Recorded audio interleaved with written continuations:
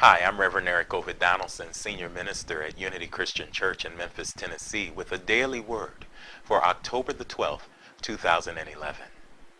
The key idea for today's daily word is circulate or circulation, and I like to explain it this way. You might take this coin and see one side of it as the giving side, while the other side of it we can see as the receiving side. But both the giving and the receiving are opposite sides of the same coin. And in so being, we get an activity that we call the law of circulation. And so what is this saying? There's the equation right there beside me. It simply means that giving plus receiving equals circulation. It means that we must master both the giving and the receiving if we're going to participate in this wonderful law that can bless us with abundance. And so let's talk a little bit about the giving and the receiving. First and foremost with the receiving, because we often talk so much, especially in our churches, about the giving that we forget that people are challenged sometimes with the receiving. Many ministers are challenged with receiving things. And so if we want to be better at receiving, then we must be better receivers. Now, I'm not talking about taking in material things. No, I'm talking about our spiritual receptivity.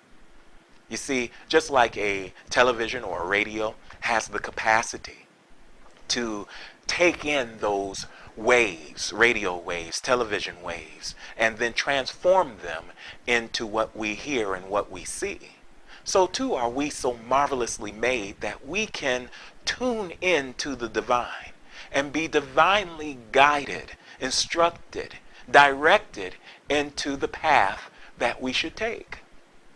It is beautiful how we are blessed as a result. And all it takes is for us to be better at our prayer time and our meditation time. And in so being, our receptivity to God is enhanced. There's another thing that we want to do as well if we want to be better receivers, and that is to make room. You see, in order to receive, it requires capacity. You can't receive anything unless you have the room to receive it.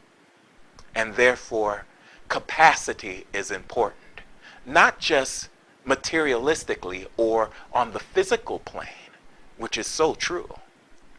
See, if you want to have more clothes, for example, then clean out your closet.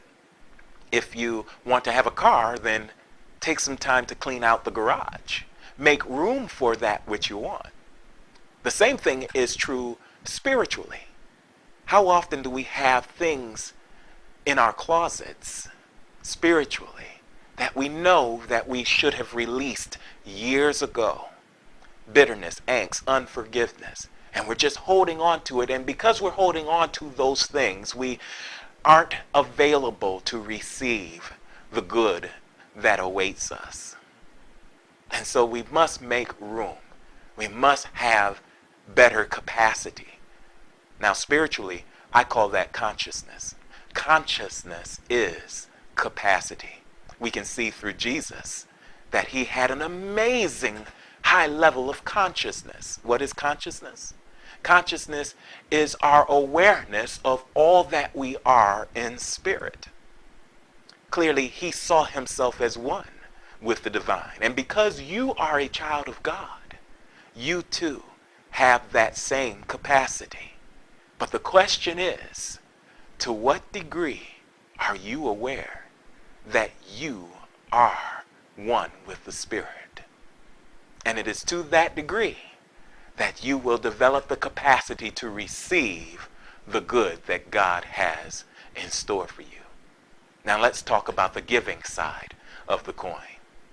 You see, if we're going to be better givers, then we have to have a new way of thinking about giving.